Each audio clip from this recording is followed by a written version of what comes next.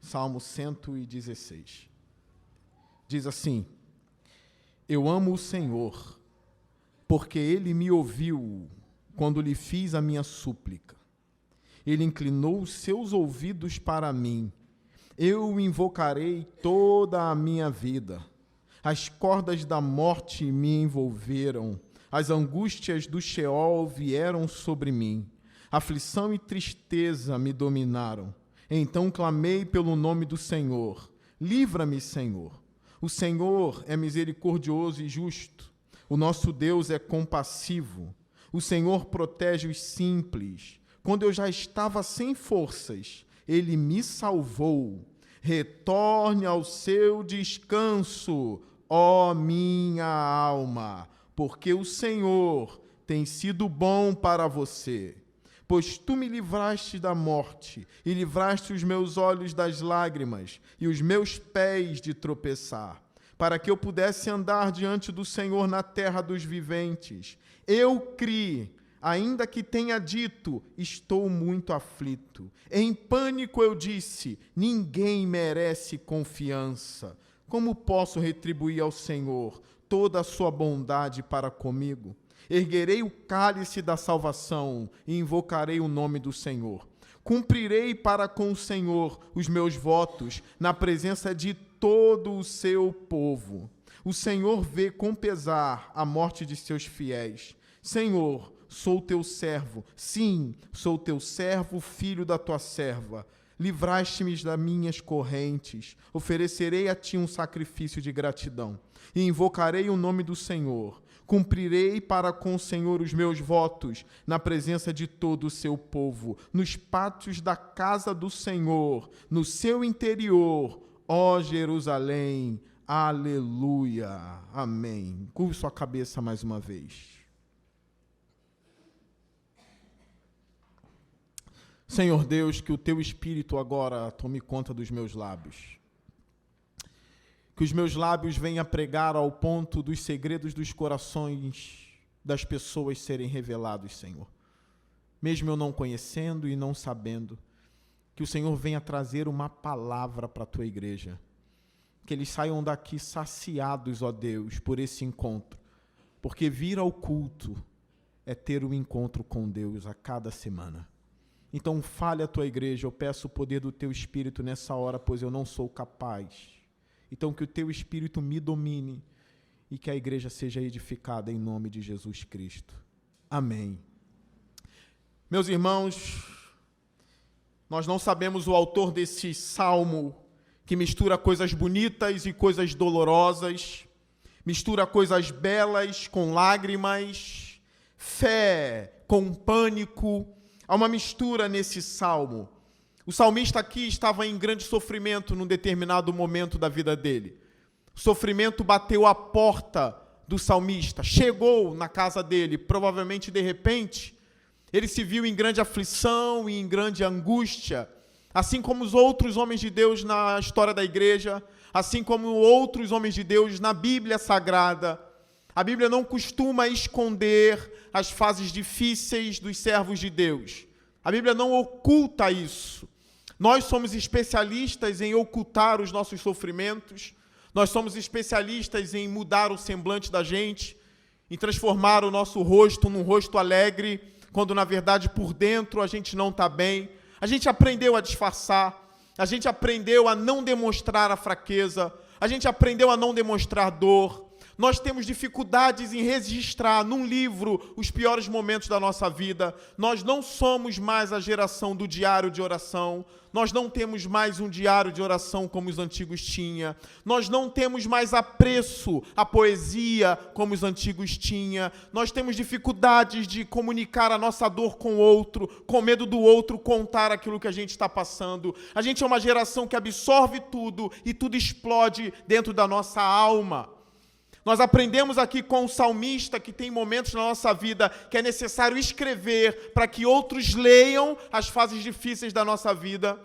Nós aprendemos com salmistas, com o salmista, que é necessário, às vezes, escrever orações para que a gente faça a mesma oração semana após semana. Não é pecado registrar a sua oração. Não é pecado estar fazendo sempre a mesma oração, se essa é a sua luta.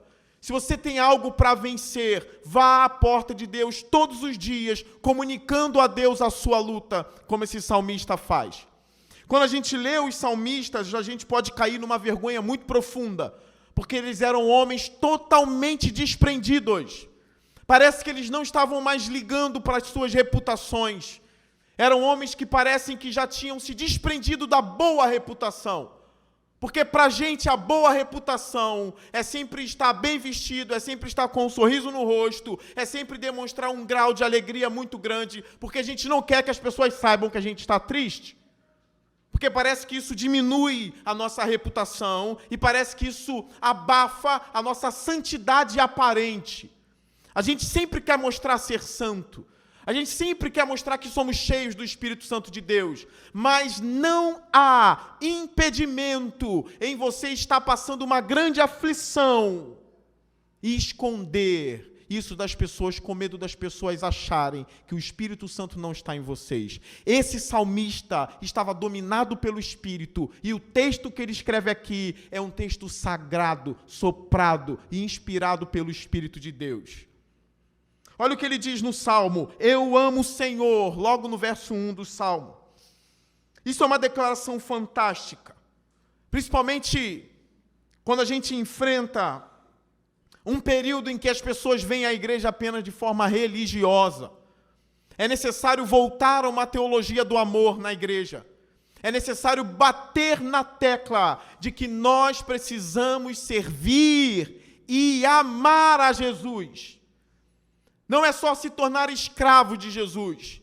Jesus quer um relacionamento de amor com os seus discípulos. Assim como Deus sempre demonstrou isso no Antigo Testamento, Deus sempre quis um povo que o amasse. Um povo que não apenas o servisse com medo, mas servisse ele com amor. A declaração desse salmista é uma bomba no coração de uma geração que só vem para a igreja de forma religiosa. Ter religião é muito bom, ser religioso é muito bom, mas a religião sem amor não vale de nada. O nosso templo precisa estar cheio de crentes que amam ao Senhor acima de todas as coisas, acima da própria vida, que ama mais o Senhor do que a família, que ama mais o Senhor do que um filho, que ama mais o Senhor do que a igreja. Deus tem a primazia do nosso amor, mesmo você em meio ao sofrimento ou em meio às alegrias da vida. Ame ao Senhor. Essa é a primeira declaração dele no Salmo. Eu amo o Senhor. Aí ele continua: porque ele me ouviu quando lhe fiz a minha súplica. Vai ser o tema do nosso retiro, oração. Eu quero repetir aquilo que eu falei há pouco tempo na igreja. Se tem um ambiente onde tudo é possível para a gente, se tem um ambiente onde não existe impossível, onde a gente pode até mesmo orar por alguém que está lutando contra um câncer terminal e que o médico deu apenas 3 dias de vida, na oração é possível alcançar a cura para essa pessoa. Porque a oração é o ambiente onde nada é impossível. Aprenda isso, absorva isso e vá para o seu quarto orar, porque tudo é possível ao que crê. E eu peço permissão ao Espírito Santo e ao que ora, porque eu encontro isso na Bíblia também. Vocês não têm nada porque não pedem, está em Tiago. Então, se você ora, é possível conseguir o favor de Deus. Vá a Deus em súplicas. Vá a Deus em oração. O salmista aqui ele é bem claro. Ele ouviu o meu clamor quando eu levei a ele a minha súplica. Uma igreja que não ora não sobrevive. Algumas igrejas estão chegando ao fracasso porque fazem de tudo na obra, mas não oram. Tem simpatia, tem abraço, tem sorrisos, tem amizades, mas não tem oração.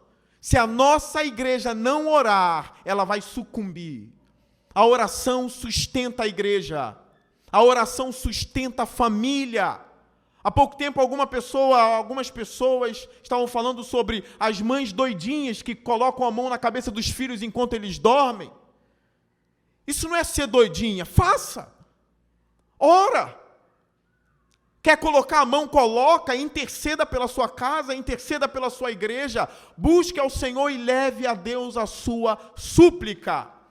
Sem dar detalhe aos irmãos aqui, eu consegui passar por a pior época da minha vida orando. É no momento em que eu não queria orar. Eu não sei se vocês aqui se identificam, eu me deparei com algo tão forte, tão terrível, que eu falei, eu não tenho outra saída a não ser orar todos os dias da minha vida. Todos os dias eu vou orar, porque a luta bateu em minha casa. Talvez alguns, quando a luta chega, se desviam. Talvez isso seja a prova da fé. Chegou a adversidade, o que ele faz? Ele se afasta. Como eu disse na quarta-feira, isso é o volúvel do livro Peregrino. Na primeira dificuldade, o volúvel abandonou o caminho da fé e foi embora. Olha o nome dele, volúvel. O volúvel não é estável, o volúvel ele não é firme, o volúvel não tem solidez. Tenha solidez através da vida de oração. Quando o dia mau chegou em minha casa, eu só sobrevivi porque eu vi, tem esperança e a esperança está nos meus joelhos dobrados todos os dias. E às vezes eu me sentia assediado pelo diabo no momento da oração. Ele tentou até a última gota me tirar daquele momento ali. Mas como diz um pastor, separe um período, separe um horário e compareça, vá orar. Não fique esperando o tempo passar, escolha aquele horário e vá levar a Deus a sua súplica. Pessoas podem ser transformadas por causa da oração. Pessoas podem ser libertas por causa da oração, mudar de vida por causa da oração. Como diz George Miller, olha, muitas pessoas já foram para a glória por causa da minha intercessão. E tem um homem que eu oro há 50 anos por ele, e eu ainda espero ver na glória esse homem. Seja assim como George Miller, que mais ou menos com 80 anos de vida, ele disse, é necessário renovar a minha vida de oração. Um homem com 80 anos, renovar a vida de oração com Deus. Vida de oração não se aposenta por idade, ela tem que ficar cada vez mais refinada, ela tem que ficar melhor a cada dia que passa. Quando as suas cães vão ficando brancas, embranquecidas, a sua oração precisa estar cada vez mais refinada. É tão bom saber, um problema surgiu, para onde eu vou? O que eu faço? É tão bom saber. Aquilo que Jesus disse, feche o seu quarto, vá ao seu pai em secreto, e o seu pai que te ouve em secreto te recompensará. Eu tenho um lugar de refúgio, e é a oração. Leva isso para a sua vida. Ore ao Senhor como esse salmista fez. Ele me ouviu, que bela notícia. Verso 2, ele inclinou os seus ouvidos para mim, eu o invocarei toda a minha vida. Se inclinar, parece que Deus está fazendo realmente assim, se debruçando para ouvir a quem clama. Deus nunca dá as costas a um homem e uma mulher de oração. Nunca! A oração de um justo sempre chega aos ouvidos de Deus. A oração de um servo de Deus sempre chega aos ouvidos de Deus. Ele se inclina para ouvir. Talvez eu não ouça o clamor de um amigo. Talvez eu nem esteja disposto a isso. Mas isso não é característica de Deus. Deus está com os ouvidos aqui hoje. Ousem orar. Eu reparo que aqui na igreja alguns irmãos agora estão chegando e estão tendo um hábito de chegar na igreja, a primeira coisa que fazem é dobrar os joelhos aí no banco. Eu tenho reparado. Por mais que não seja um costume nosso dobrar os joelhos, mas eu tenho um grande respeito para quem faz isso. É um senso de reverência muito grande. De já começar o culto de joelho. Eles chegam sozinhos, não obrigam ninguém a fazer. Eles dobram os joelhos e eu espero que eles ali estejam dizendo, Senhor, fala comigo hoje. Senhor Deus, que o seu nome seja engrandecido nesse lugar, Senhor. Que a vaidade não tome esse lugar. Que o teu Espírito encontre lugar aqui em meu coração, Senhor. Já começam o culto orando. Isso é uma maravilha. Ele se inclina para ouvir os seus servos. Verso 3, olha agora o relato do salmista. As cordas da morte me envolveram. É muito poético isso, né? Para a gente que está aqui. Mas agora imagine o que ele passou. Olha o relato dele. Se você pega um caderno de oração meu e você lê lá, as cordas da morte me abraçaram. Você vai dizer, o pastor Leonardo passou por uma coisa terrível. É isso que ele está dizendo. As cordas da morte me envolveram. As angústias do Sheol, do abismo, da sepultura. É o que significa o Sheol. Essas angústias vieram sobre mim. Agora, olha a continuação do relato dele. Aflição e tristeza me dominaram. Você, crente fiel, já passou por isso? A aflição e a tristeza te dominou. Vocês conseguem imaginar isso? Montar na sua cabeça essa imagem de um homem fiel, amarrado pela tristeza, amarrado pela aflição. Isso acontece com os maiores homens de Deus da face da terra. Eu tenho uma completa desilusão quando eu vejo grandes homens de Deus. Eu enxergo eles como homens de Deus, sim, mas os meus olhos já foram abertos. Eu enxergo ali homens de barro que precisam da constante oração da igreja, assim como eu preciso da constante oração da PIB do Parque. Charles Spurgeon dizia que enquanto ele pregava, 70 pessoas estavam intercedendo pela vida dele. As cordas da morte, do Sheol, da aflição, da tristeza, podem sim chegar na vida de uma mulher santa e de um homem santo. Quantas mulheres de Deus estão gemendo por problemas seríssimos que chegou na casa delas e elas não esperavam. Quantos homens de Deus estão literalmente gemendo em oração porque não esperavam que a angústia batesse na porta deles. E estão gemendo e chorando e ninguém sabe. Essas coisas acontecem na vida dos melhores. Lembre-se do Senhor Jesus, a profunda tristeza que ele sentiu. Você que está de luto, você que está sofrendo, você que tem problemas, você que acha que sofre mais do que todo mundo, caminhe com os salmistas. Leia os salmos, caminhe com eles. E principalmente, caminhe com o Senhor Jesus Cristo. E uma das minhas visitas ao irmão Robson no Hospital da Posse, eu pude compartilhar com ele essa palavra. Eu vi ali o momento da aflição, irmãos. E eu lembrei ele, irmão Robson, lembra? O Senhor está aqui deitado nesse leito. E o lugar que ele estava não era nada bom. O Henrique viu o primeiro ambiente que ele estava. E eu disse para ele, lembra que o nosso Senhor Jesus não estava numa maca. Lembra que ele ficou horas nu, pendurado numa cruz, sangrando por cada um de nós. Ele é o nosso exemplo. Você que está enfrentando tristeza, decepção, desânimo, angústia e dor, olha para Cristo crucificado, sangrando, sem descer da cruz e sem usar o seu poder para isso. Ele suportou a aflição por causa da alegria que lhe estava proposta. E eu disse para o irmão Robson, faça daqui o seu santuário, irmão. Aquilo mudou o semblante dele. Porque ele estava assim, pastor, olha onde eu estou. Aí eu vi um homem de Deus. Ele, olha isso, pastor, olha o cenário. Eu falei, irmão Robson, faça daqui o seu santuário. Eu chamei a Juliette, eu falei, traga o cantor cristão dele, traga a Bíblia dele, porque o irmão Robson vai adorar aqui. E ele disse que no mesmo hora, quando eu saí, mudaram ele de quarto e botaram ele no quarto que ele diz, parece um hotel 5 estrelas em relação ao que eu estava. E na outra vez que eu fui visitá-lo, irmão Batista estava comigo, Gleiner, cantamos o cantor cristão junto. Eu não sei se eu teria a mesma força, irmãos, mas é necessário essa comunhão com Deus até mesmo nos piores momentos da vida. Faça do pior ambiente da sua vida o seu santuário. Louve o Senhor ali, porque foi na cruz que Jesus diz, Deus meu, Deus meu. Mesmo na cruz ele chamava Deus de Deus. Foi na cruz que ele disse, Pai, a Ti entrego o meu espírito. Perdoe eles, Senhor, porque não sabem o que fazem. Então o salmista ele dá esse relato, eu fui dominado pela aflição, eu fui dominado pela angústia. E aí o que ele faz? Aprenda com os salmos. É o verso 4. Então clamei pelo nome do Senhor. Olha o que ele disse. Livra-me, Senhor. É uma oração bem curta, né?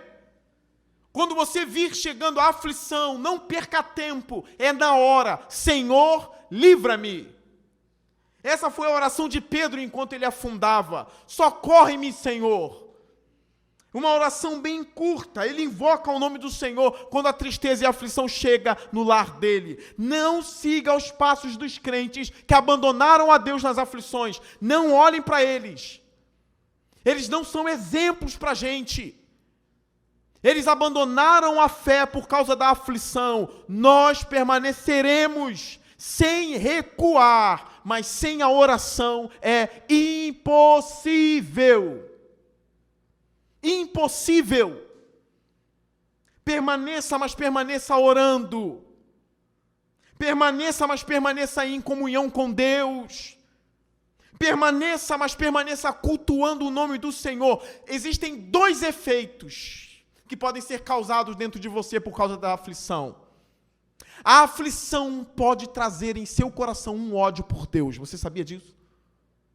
A oração pode inclinar você a odiar a Deus. Você pode se sentir injustiçado por Deus.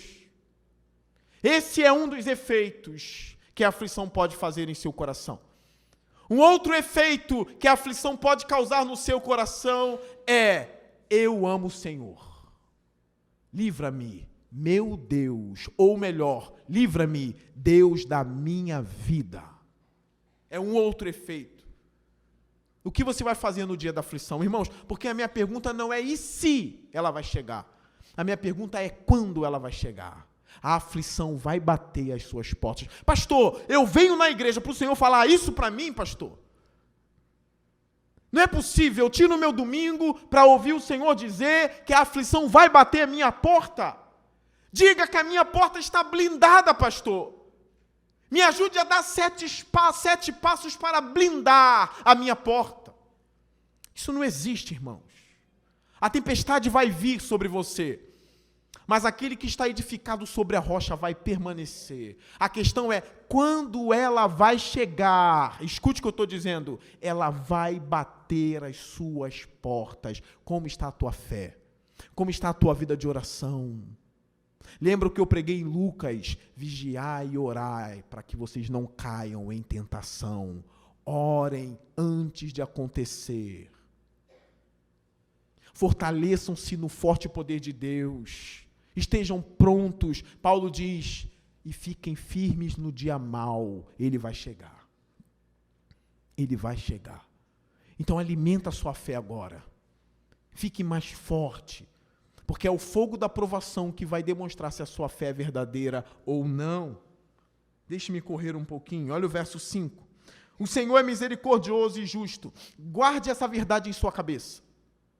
Às vezes é necessário ficar recitando isso em casa. O Senhor é misericordioso. Ele não é mau. Ele não é mau. Ele é misericordioso. Aí o diabo vem, não, ele é mau. Aí o salmista vem, não, ele é bom. Aí o diabo vem, não, ele é mau. E o salmista está dizendo, não, ele é bom, é justo, é misericordioso. E o amor dele dura para sempre. Ele não fica irado para sempre. A ira dele logo passa. As misericórdias dele se renovam. Aí o Espírito Santo vem te trazendo à mente todos os textos da promessa de Deus. E assim você vence o maligno com a palavra. Pois ele vai dizer, um Deus bom não deixaria você passar por isso. Aí é necessário você dizer, o meu Deus sabe de todas as coisas. E eu prefiro cair nas mãos de Deus do que nas mãos dos ímpios e nas suas mãos. O Senhor é misericordioso e justo. O nosso Deus é compassivo. Olha o verso 6. O Senhor protege os simples. Quando eu já estava sem forças, Ele me salvou. Olha que linda declaração do salmista.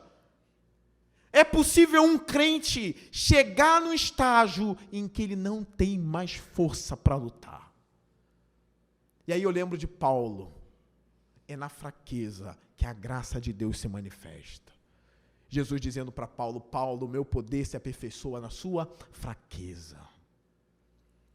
E aí você diz, eu não tenho mais força, pastor.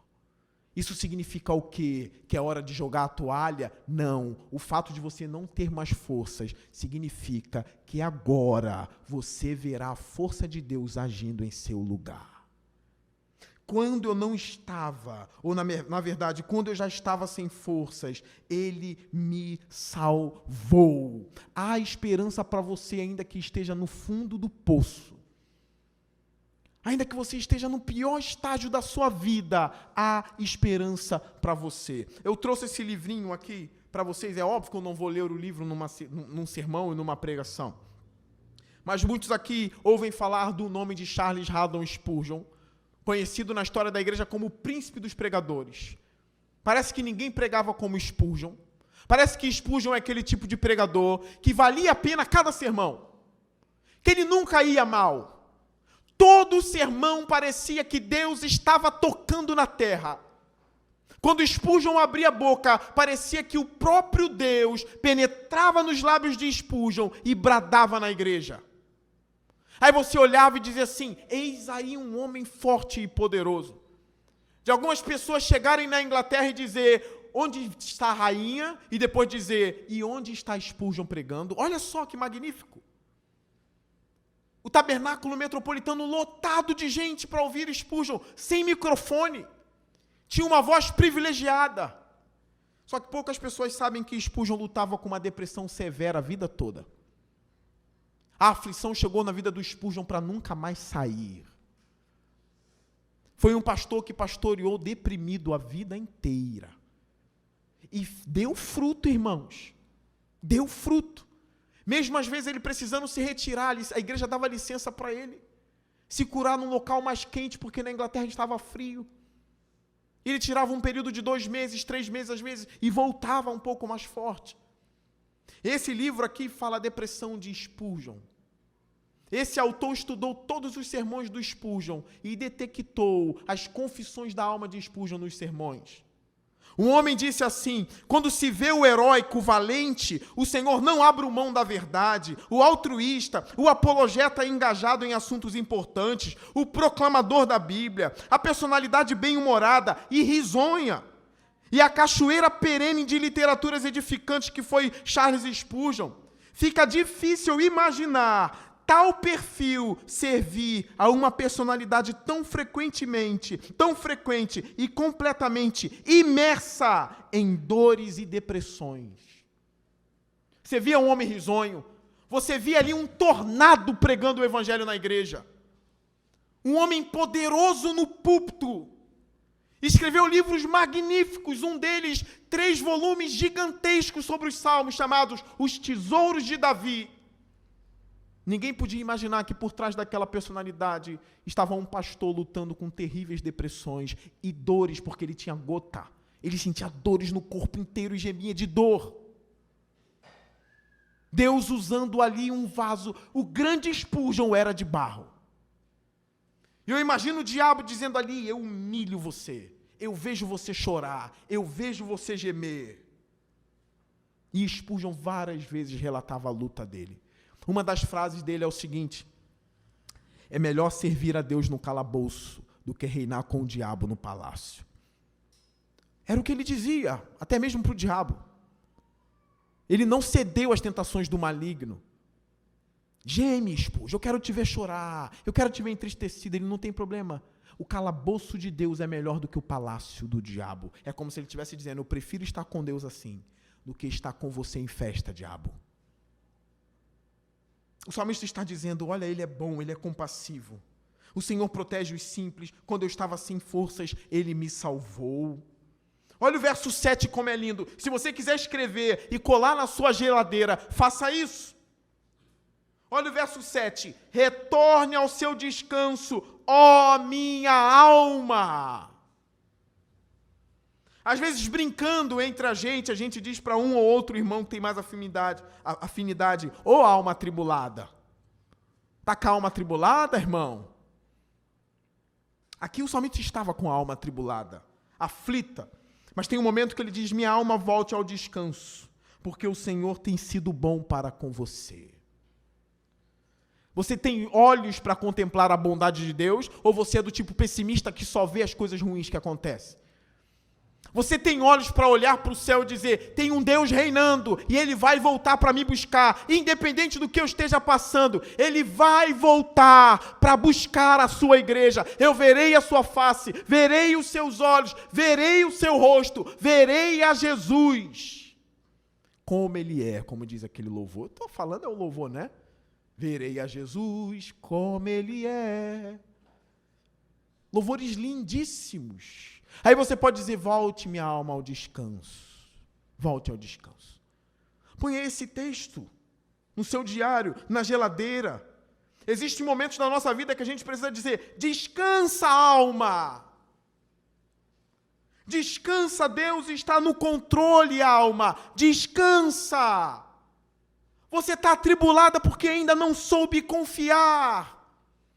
Você está atribulada porque ainda não tomou posse da fé que você tanto prega, da fé que você já tem há mais de 20 anos. Descansa agora. Pare e veja o agir de Deus. Eu lembro de Moisés clamando a Deus e Deus dizendo, Moisés, por que clamas a mim? É só marchar, Moisés, o resto eu vou fazer. Mas eu não vejo saída, Senhor, eu vejo o mar. Diga ao povo que marche. E o mar se abriu e o povo passou com os pés enxutos. Descansa em Deus e veja Ele abrindo o mar. Às vezes a gente precisa dar esse passo de fé. Eu não vou resolver essa situação. Eu não consigo, Senhor. Está em Tuas mãos. Farei o que o Senhor disse para Moisés. Apenas caminharei. Tem momentos na caminhada cristã que você apenas precisa caminhar. É um dia após o outro mesmo. Vou caminhar e vou ver Deus agir. Às vezes é levantar mesmo da oração e dizer, olha, Deus vai fazer. Não sei como, eu levantarei tendo fé de que Ele vai fazer. Descansa, minha alma, o meu Deus já tomou a frente dessa situação. Verso 8, pois tu me livraste da morte e livraste os meus olhos das lágrimas e os meus pés de tropeçar, para que eu pudesse andar diante do Senhor na terra dos viventes. Eu criei, ainda que tenha dito, estou muito aflito. Em pânico eu disse, ninguém merece confiança. Essa parte é onde ele manifesta fé. Olha o lindo testemunho dele, irmãos. Eu criei, ainda que tenha dito, estou muito aflito. É na aflição que você tem que crer. É ali que você tem que manifestar a sua fé. Eu criei em Deus mesmo estando aflito. No ambiente onde todos perdem a fé, eu tive fé. Vença as crises com a fé, irmãos. Vença as crises com a fé. É o subtítulo do livro, Esperança Realista em Meio à Angústia. Esperança em meio à angústia. É porque agora eu não lembro mais o nome da flor, mas tem uma flor tão bela que cresce num pântano. Agora eu não lembro mais, meu Deus, eu vi essa semana. Ela é bela e ela consegue nascer no pântano. Me cobre, trarei o nome dela. A mais bela fé pode surgir no mais tenebroso pântano. E ali surge uma rosa linda. É o que pode acontecer com a gente. Creia em Deus, ainda que você esteja dizendo, eu estou mal, eu estou aflito, mas creia em Deus. Caminhando para o final, ele não tem vergonha de dizer, em pânico eu disse, ninguém merece confiança. Em pânico. No momento do pânico a gente diz coisa que não deveria dizer. No momento da aflição a gente age como não deveria agir. E outra, aí tem crente esmagando outros crentes por causa de pânicos e crises. Isso tem acontecido. São pessoas que precisam de uma mão estendida, não os pés para pisotear. Eu já vi crente fiel tendo falta de ar com crise de pânico, e era crente fiel porque eu sabia. Não estou dizendo que o salmista passava por isso, não era isso. Podia ser uma angústia e um pânico intenso. De uma outra maneira, eu não consigo sondar. É um texto muito antigo. Essas palavras, depressão, crise do pânico, são palavras novas. Os antigos usavam melancolia, você não sabia disso provavelmente. Pânico. Não pise nessas pessoas, pode ser você amanhã, tá? Eu já vi homem, e tem relatos também escritos, que zombaram de pessoas que estavam em pânicos ou deprimidas, chamando elas de fracas. Pouco tempo depois, quem ficou deprimido? O zombador. Não faça isso. Quem conhece a Bíblia não zomba. Quem conhece a Bíblia não pisa. Quem conhece a Bíblia não vai dizer, está faltando mais do Espírito de Deus na tua vida. Tu não sabe, cara. Como é que tu vai olhar para um salmista desse e vai dizer, ele estava com a metade do Espírito Santo quando escreveu esse salmo? Você é louco em dizer isso. Como você vai dizer de Spurgeon, que Spurgeon não tinha o Espírito Santo? É você que tem, né? Ele foi a prova viva de que pode morrer com fé em aflição. Às vezes Deus sabe, olha, ele não tem nada, porque se eu der uma unha encravada nele, a fé dele desmorona. E ele se acha forte, quando na verdade ele é fraco. Se eu der uma febre para ele, ele já começa a meditar ali. Será que Deus existe mesmo? Será que Deus é bom mesmo? Então Deus, é a infância espiritual dele. Deixa eu fortalecer ele primeiro, porque ele não coloca sobre os seus ombros aquilo que você não pode aguentar. Ele só coloca o que você aguenta. E já tem crente casca grossa, que aguentou muito. As costas estão largas. Já está forte. Consegue aguentar. Aí tem ações de graça no Salmo também. Ele diz no verso 12, como posso retribuir ao Senhor toda a sua bondade para comigo? Mesmo passando por tudo, ele pode dizer, mas Deus é bom. Deus é bom. Você já foi consolar uma pessoa e saiu consolado? Você vai lá consolar a pessoa, você abraça a pessoa, você quer consolar, e a pessoa diz assim, o meu Deus é tão maravilhoso, tudo que Deus faz é bom, e a minha vida está nas mãos dele. Você fala, meu Deus, eu que saí consolado. Eu pensei que ele estava precisando de consolo, ele me deu uma palavra poderosa. Ele consegue dizer que Deus é bom. Mesmo o cenário mostrando para ele que provavelmente Deus não é bom. É o que o cenário faz, as circunstâncias fazem. O inimigo da nossa alma faz. Mas ele diz, como posso retribuir ao Senhor toda a sua bondade para comigo? Erguerei o cálice da salvação, invocarei o nome do Senhor. Cumprirei para com o Senhor os meus votos na presença de todo o seu povo. Olha, ele encontrou o consolo em Deus. Ele não recebe a bênção e foge de Israel. Não. Ele recebe a bênção e é em Jerusalém que ele vai adorar. É em Jerusalém que ele vai cumprir os seus votos. É em Jerusalém que ele vai servir. Isso vai ficando cada vez mais claro enquanto eu leio. Olha o verso 15. O Senhor vê com pesar a morte de seus fiéis. Alguns estudiosos dizem aqui que aqui a melhor versão é Deus vê a morte de seus fiéis de forma preciosa. Diz assim, a NVI não traduziu muito bem essa parte. Que seja. Ele vê isso como precioso e ao mesmo tempo pode ter um pesar pelo estado da morte, como a gente vê Jesus chorando em Lázaro. Mas ao mesmo tempo é preciosa, porque ainda que ele deixe o justo morrer, o justo está feliz com Deus. A única vez que eu vou fazer isso no sermão, coloque para mim, por favor, Isaías 57, porque eu ouço pessoas dizer, olha pastor, só gente boa morre. Só gente boa. Que Deus é esse que não levou aquele homem mau ali? Às vezes na própria família, diz assim, o infeliz não morre, quem morre é o bom. É o homem de Deus, é a mulher de Deus. Olha o que diz Isaías 57. O justo perece, olha isso, está no telão. Quem perece aqui? O justo. O justo perece, e ninguém pondera isso em seu coração. Homens piedosos são o quê? Tirados. E ninguém entende que os justos são tirados para serem o quê? Poupados do mal, diz o Senhor. Tu quer trazer o justo de volta para a terra? Ele vai falar, está repreendido em nome de Jesus, que está do meu lado aqui. Me deixa, cara. Vive a tua jornada que eu já concluí a minha. Eu lembro do cristão e o fiel no livro Peregrino. O fiel morre primeiro, o cristão fala, meu Deus, ele foi primeiro, agora eu tenho que conquistar essa jornada todinha.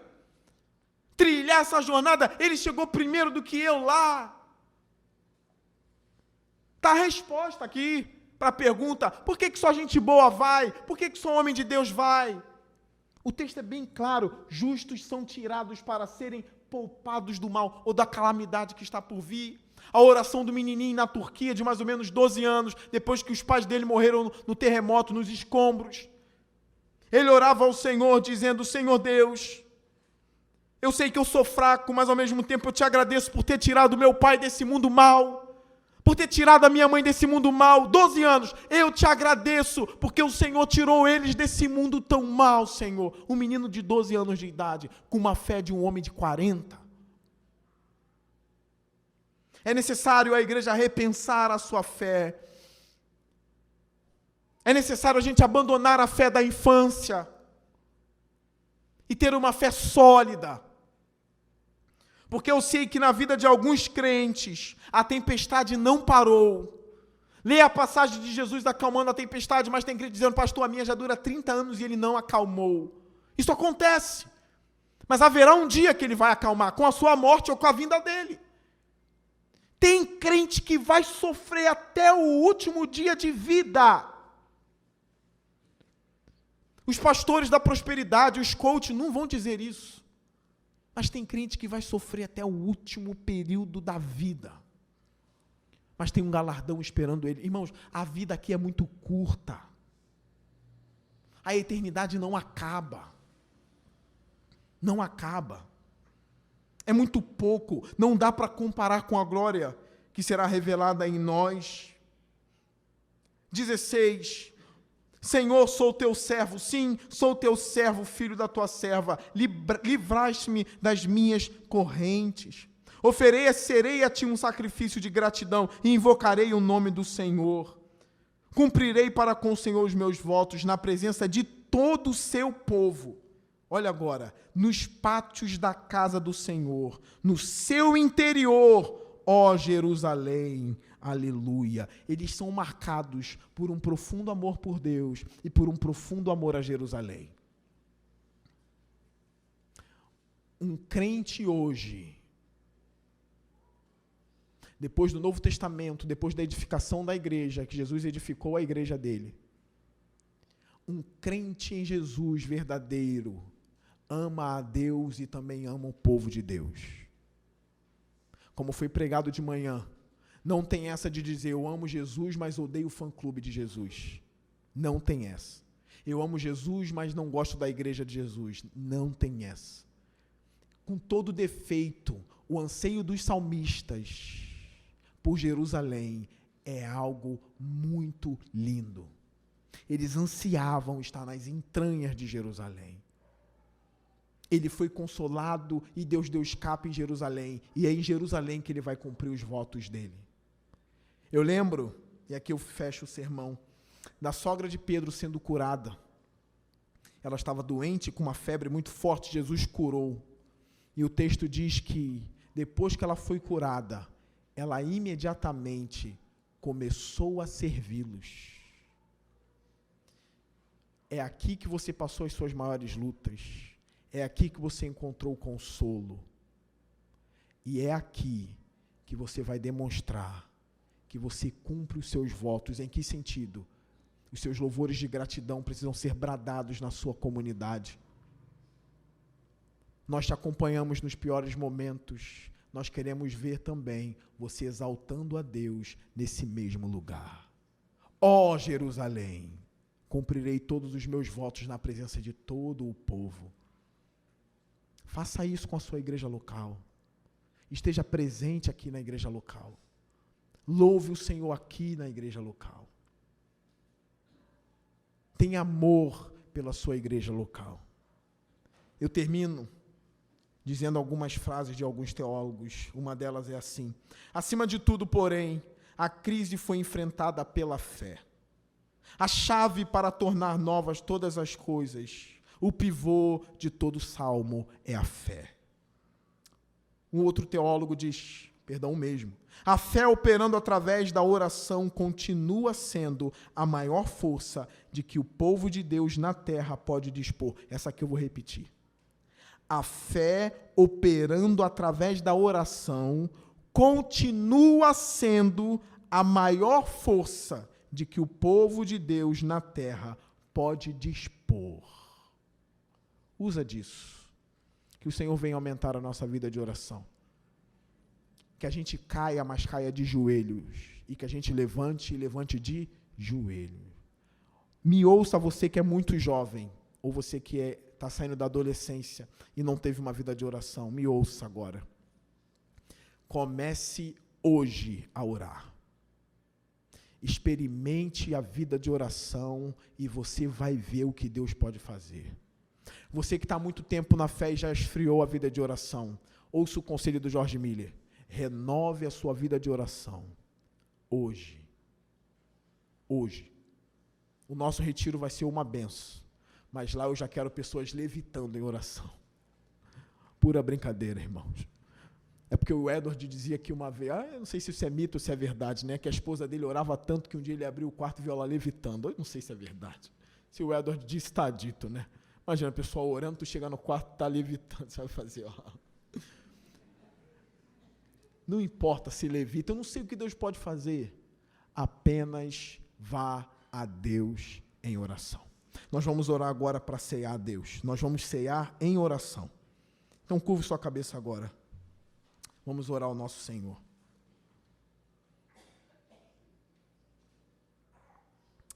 Senhor Deus, nós queremos renovar a nossa vida de oração contigo. Senhor, faça com que os nossos olhos vejam o mar se abrindo através da oração. Faça com que a gente veja algumas pessoas curadas através da nossa oração. Nós queremos ver o teu poder através da oração, Senhor. Pois está escrito que a oração do justo pode muito em seus efeitos. Senhor Deus, aumenta a nossa fé. Eu oro, ó Deus, para que haja um avivamento em nossa igreja. Eu oro, Senhor Deus, para que o nosso amor por Ti aumente. Eu oro, ó Deus, para que a gente se arrependa rapidamente dos nossos pecados e não espere muito tempo. Eu oro, Senhor Deus, para que a gente aprenda a pedir perdão e receber perdão, Senhor. Eu oro, Senhor Deus, para que o nosso coração não venha abrigar a amargura de ninguém e de nada. Eu oro, ó Deus, para que o nosso coração seja humilde, seja manso, Senhor. Eu oro, ó Deus, para que a gente sobreviva no dia da aflição. Eu oro, ó Deus, para que a nossa fé brote, aumente, Senhor, justamente nos piores momentos da nossa vida, Senhor. Nós aprendemos, ó Deus, que nós devemos correr a Ti, quando tudo vai se apertando, Senhor. E também nos ensine a descansar, Senhor. Como o salmista disse, retorne ao seu descanso a minha alma. Eu oro para que algumas almas aqui presentes hoje sejam saradas. Eu oro para que algumas almas atribuladas aqui hoje, Senhor, entrem em seu descanso e vivam uma vida leve, Senhor. Eu oro pelos meus irmãos e irmãs deprimidas nessa noite. Alguns irmãos lidando com pânico, Senhor. Eu peço, meu Deus, que eles sejam curados no poder do Teu nome. E se o Senhor não quer curá-los hoje, que a fé deles aumente, o amor por Ti aumente, Senhor. É a minha oração pela vida deles e pela minha vida. E agora nós vamos cear a Ti, pedindo perdão pelos nossos pecados. Agora, ó Deus, o cálice não é apenas um cálice, e o pão não é apenas um pão. Isso simboliza, ó Deus, o Seu corpo partido por nós. Nós queremos trazer à memória, Senhor, que o Senhor vai voltar para buscar a Sua igreja. Que seja um momento lindo da Sua igreja agora, um momento que nós vamos cear. É um momento que a gente professa que acreditamos na ressurreição e na vinda de Jesus Cristo. Então que a igreja, Senhor, seja tomada por uma reverência agora. E tomada de fé, esperando o nosso Senhor rasgar os céus. Essa é a minha oração. Em nome de Jesus. Amém.